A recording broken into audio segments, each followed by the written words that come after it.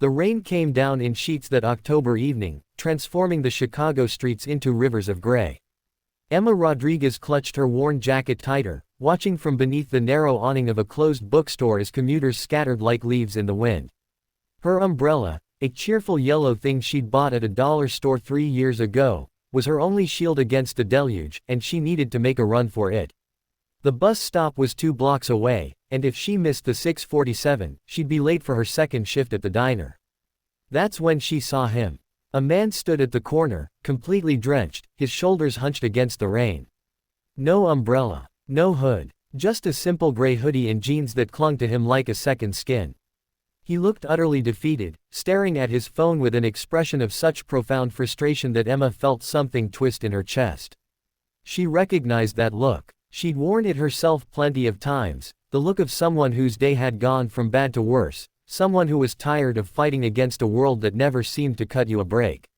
Emma didn't think. Thinking would have reminded her that she was already late, that her umbrella was small, that sharing meant she'd get wet too. Instead, she walked over to him, her sneakers splashing through puddles. "Hey," she called out over the drumming rain. "Want to share?" The man looked up, startled. Rain dripped from his dark hair into eyes that were a striking shade of blue, the kind of blue that reminded Emma of pictures she'd seen of the Mediterranean, though she'd never been anywhere more exotic than Milwaukee. For a moment, he just stared at her as if she'd spoken a foreign language. What?" he said. "My umbrella," Emma said, holding it out slightly. "You're getting soaked. Where are you headed?" He hesitated, and Emma noticed something strange flicker across his face. Surprise, maybe, or suspicion. But then his expression softened, and he offered a tentative smile that transformed his entire face. "The subway station on Clark Street." "Perfect, I'm heading that direction anyway," Emma lied. The bus stop was actually in the opposite direction, but the subway was only 3 blocks further, and her shift didn't start for another 45 minutes. She could make it. "Come on, let's go before we both drown." They walked in awkward silence at first, pressed together under the small umbrella. Emma could smell rain and something else, maybe cologne, though it was faint. He was tall enough that he had to stoop slightly to stay under the coverage, and she noticed he kept trying to angle the umbrella more toward her, leaving his own shoulder exposed. "You don't have to do that," she said. "We can both fit if you stop being a gentleman." He laughed, a real laugh that seemed to surprise him as much as it surprised her. "Sorry. Old habits. I'm Emma, by the way." He paused for just a fraction too long.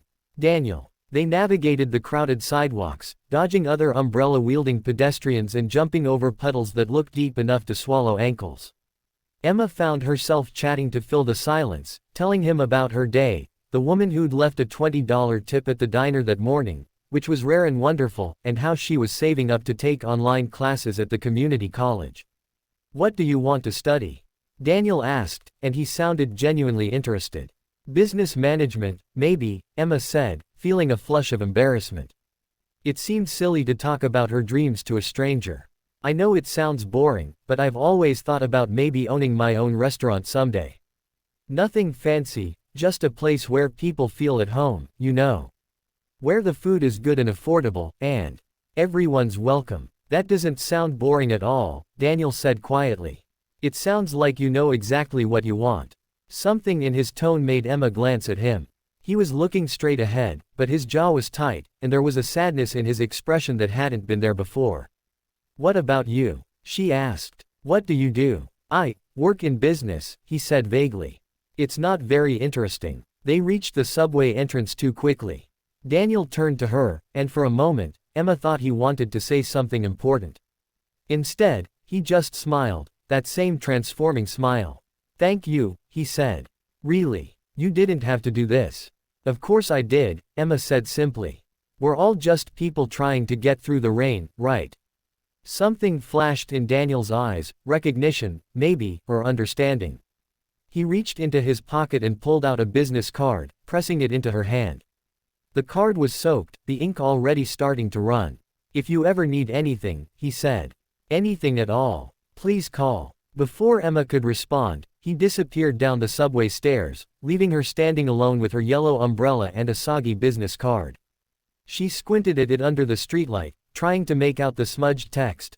Daniel Morrison, CEO, Morrison Industries. Emma's heart stopped. Morrison Industries. Everyone knew that name, the tech giant that had transformed Chicago's skyline with its gleaming headquarters, the company that employed thousands, the empire that had made its founder a billionaire before he was 35.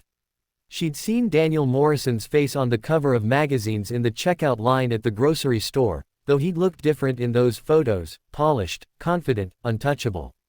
Not like a drenched stranger who said thank you as if he really meant it. She'd just shared her umbrella with one of the richest men in America, and she'd had no idea.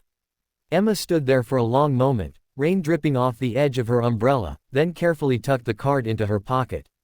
She didn't call the number that night, or the next day, or even the next week. Life continued its usual rhythm, early shifts and late shifts, bills and budgets, dreams deferred but never quite forgotten. 3 weeks later, Emma received a letter at her apartment.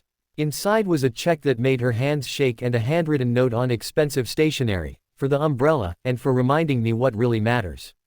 Your restaurant fund. Consider it an investment in someone who understands that we're all just people trying to get through the rain. DM. Asterisk. The check was for $50,000. Emma cried, standing in her tiny kitchen with its peeling linoleum and temperamental stove. But they weren't tears of sadness or even of shock. They were tears of recognition, the understanding that one small act of kindness, offered without expectation or calculation, had somehow traveled across the vast distance between two different worlds and come back transformed into hope. She did eventually call the number on the card. Daniel answered on the second ring, his voice warm and familiar. They met for coffee, not at some expensive cafe, but at the diner where Emma worked, where she insisted on serving him herself. He told her about why he'd been standing in the rain that night, how he'd walked out of a board meeting where people had argued for hours about profit margins and market shares, how he'd felt suffocated by the weight of expectations and forgotten why he'd started his company in the first place. You reminded me, he said simply, that it's supposed to be about people. Emma's restaurant opened 2 years later, a bright, welcoming place where the food was excellent and affordable, where everyone really was welcome. Daniel came to the opening, not as a CEO but as a friend, and if anyone noticed him helping bus tables during the dinner rush, they didn't make a fuss about it. Sometimes kindness is its own reward. But sometimes, it ripples outward in ways we never expect, touching lives and changing stories. Emma had simply shared her umbrella with a stranger in the rain. She couldn't have known that this one act would alter both their paths forever. But isn't that how the best things happen? Not through grand gestures or careful planning, but through simple moments of human connection. When we choose to see each other not as strangers or CEOs or waitresses, but simply as people trying to find shelter from the storm.